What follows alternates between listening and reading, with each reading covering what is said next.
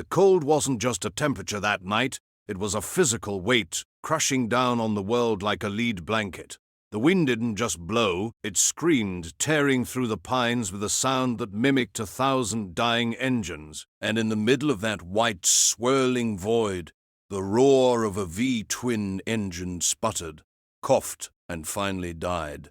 That silence was the loudest thing Lily had ever heard. She was 22 years old, the daughter of Iron Mike, the president of the Black Valleys MC, and she was currently lying underneath 400 pounds of customized chrome and steel, her leg pinned, the feeling in her fingers turning from pain to a terrifying numbness. She tried to scream, but the wind snatched the sound right out of her throat. The snow wasn't falling, it was driving sideways, burying her, erasing her. She closed her eyes, thinking about the argument she'd had with her dad just 3 hours ago. She thought about the warmth of the clubhouse. She thought about how stupid she was to try and outrun a storm in the Rockies. And then the darkness just sort of took her. Welcome back to Biker Stories. If you've ever felt the road calling you, or if you know that sometimes the hardest journeys lead to the most unexpected destinations, you're in the right place. Pull up a chair, warm your hands by the fire, and let's get into this. If you enjoy these rides we take together, do me a favor. Hit that subscribe button and thumbs up the video. It helps us keep the campfire burning. Now, let's go back to that blizzard. Lily didn't see the light at first.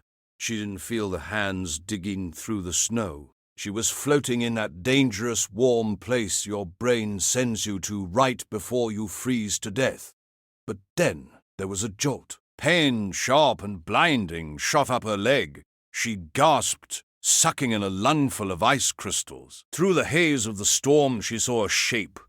It was huge, hulking, covered in canvas and wool. It wasn't a biker. It wasn't a cop. It looked like something born of the mountain itself. She felt herself being lifted, not dragged, but lifted, cradled against a chest that smelled of wet wool, pine resin, and hay.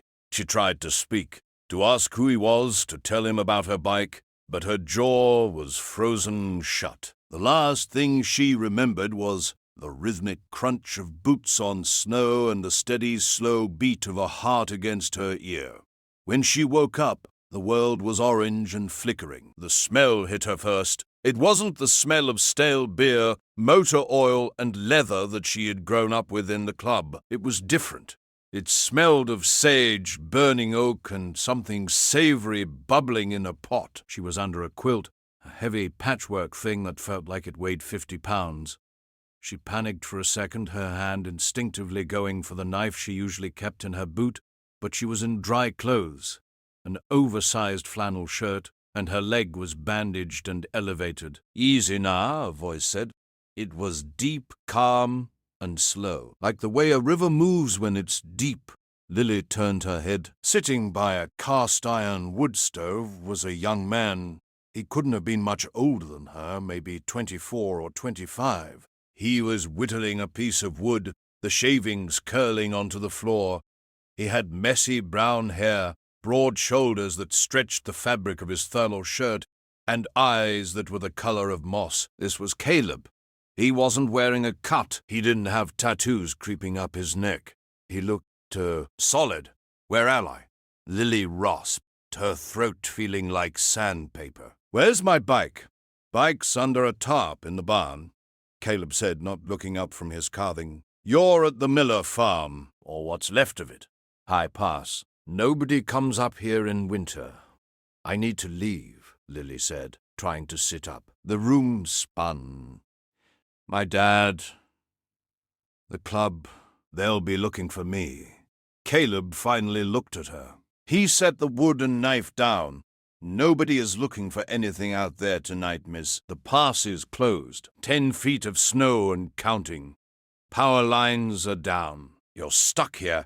For a girl raised in the chaos of a 1% outlaw motorcycle club, the idea of being stuck usually meant jail or a rival clubhouse basement." Panic flared in her chest.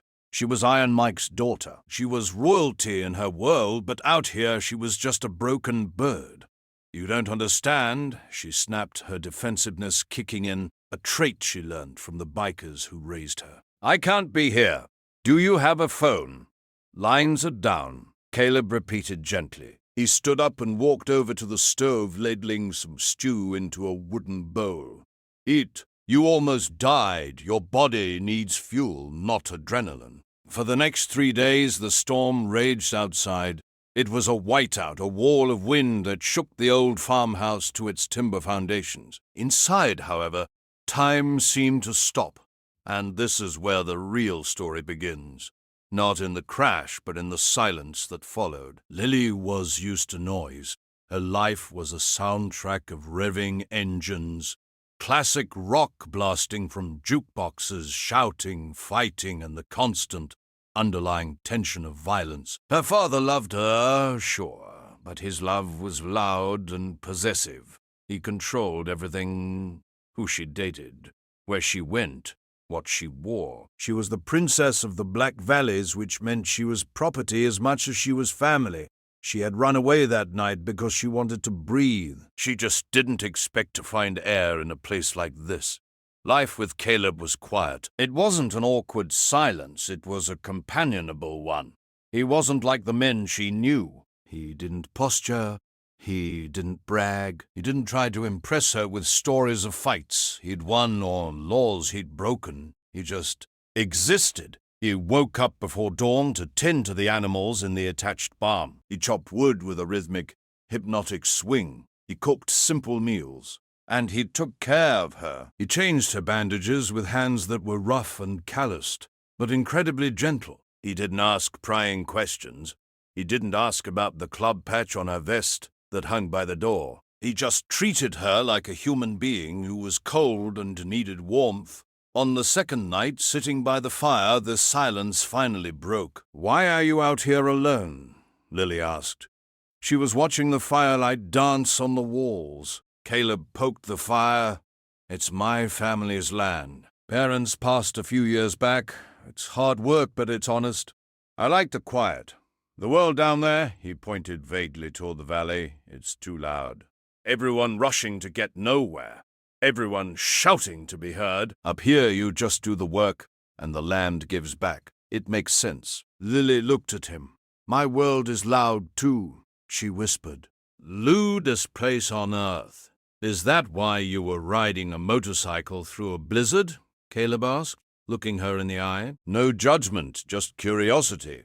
"I was running," she admitted. It was the first time she'd said it out loud. "My dad, he thinks he owns the world, and he thinks he owns me. He wanted to marry me off to his VP's son, to solidify the alliance, like I'm some sort of currency. I just got on the bike and rode. I didn't care where." Caleb nodded slowly. "Freedom isn't just about moving fast, Lily. Sometimes freedom is just staying still and not letting anyone move you." That sentence hit her harder than the crash had. Freedom is staying still. By the 4th day, the storm broke. The sun came out, blindingly bright against the fresh snow.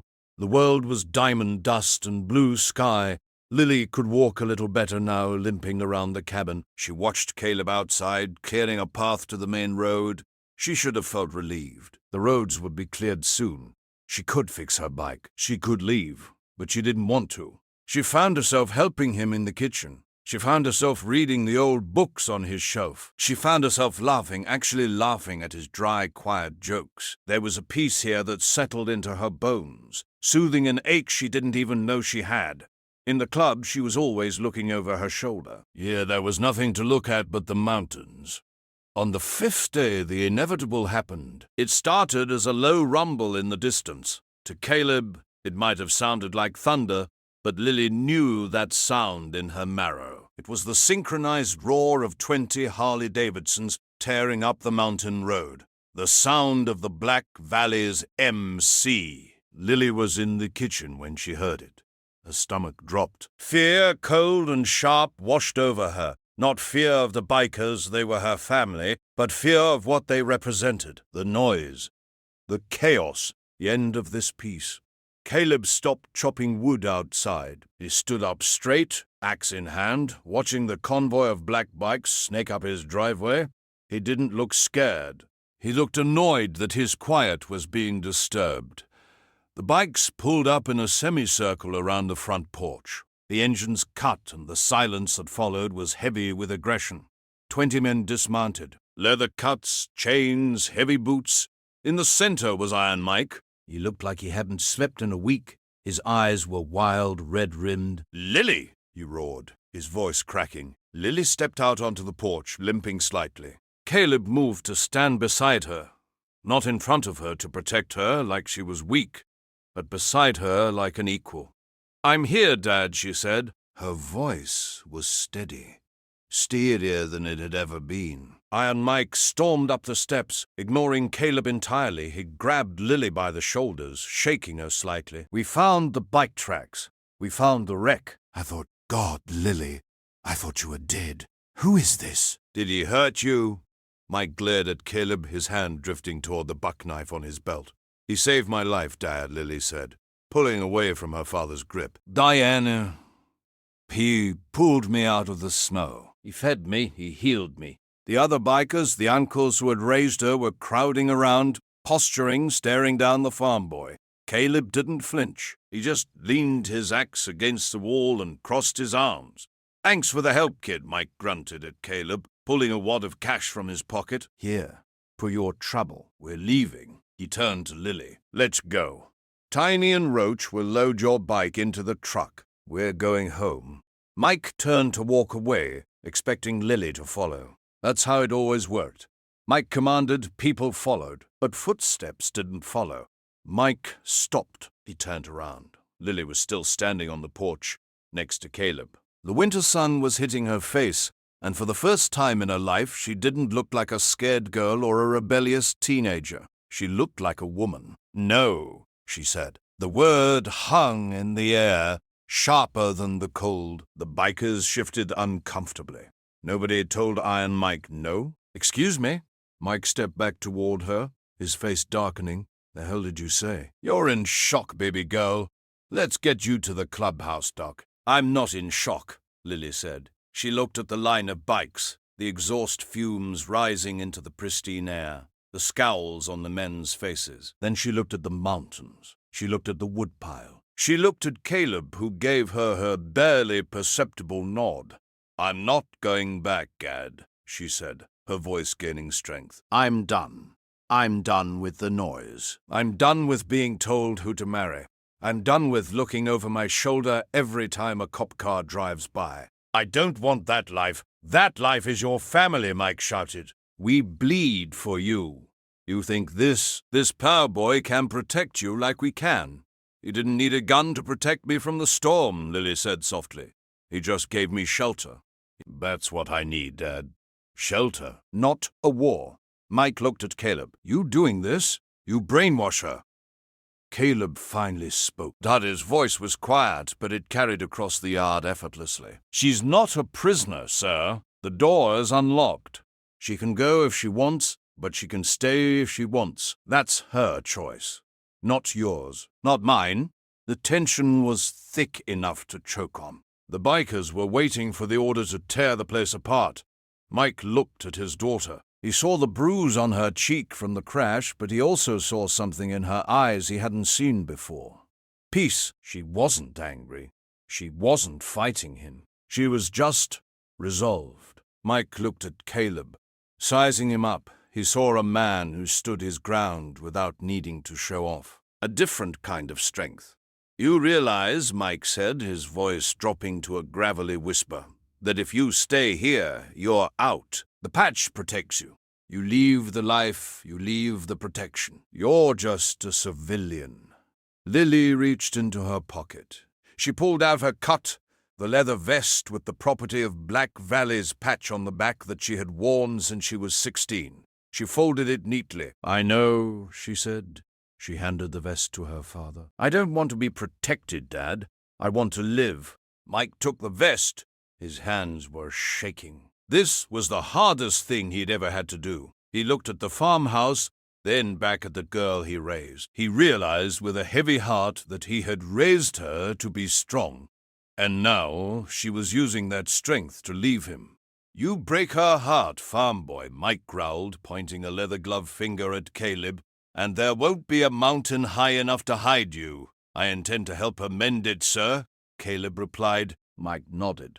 A curt, sharp nod. He stepped back, clutching the vest. He looked at Lily one last time, tears stinging his eyes, masked by his sunglasses. Ride safe, kid, he whispered an old biker farewell. You too, Dad, Lily said. Mike turned, signaled the crew, and mounted his bike. One by one, the engines roared to life, shattering the peace. They turned in formation and thundered down the driveway, a snake of black leather and noise disappearing into the trees. Lily watched them go until the sound faded into nothingness. The silence returned. The wind rustled the pines. A hawk cried out somewhere overhead. She felt a hand on her shoulder. She turned to Caleb. He wasn't smiling triumphantly. He just looked at her. "Soup's getting cold," he said. Lily smiled. It was a real smile. "Coming," she said. She turned her back on the road, walked into the farmhouse, and closed the door. She didn't look back. She didn't miss the roar. For the first time in her life, she was home. And that, my friends, is the story. We spend so much of our lives chasing the noise, thinking that adrenaline is the same thing as feeling alive. We think that loyalty means suffering together. But sometimes the bravest thing you can do isn't to twist the throttle and ride into the fire. Sometimes the bravest thing you can do is park the bike, take off the armor, and just sit in the quiet. Lily found her peace in a snowstorm. She found that blood might be thicker than water, but love is thicker than both. It makes you wonder, doesn't it? What noise are you tolerating in your life right now? And what would happen if you just walked away from it? Thanks for riding with me on this one. If this story touched something in you, let me know in the comments. Would you have gone back to the club, or would you have stayed on the farm? I read every single comment. Don't forget to subscribe to Biker Stories for more tales from the road. Until next time, keep the shiny side up and the rubber side down. Catch you later.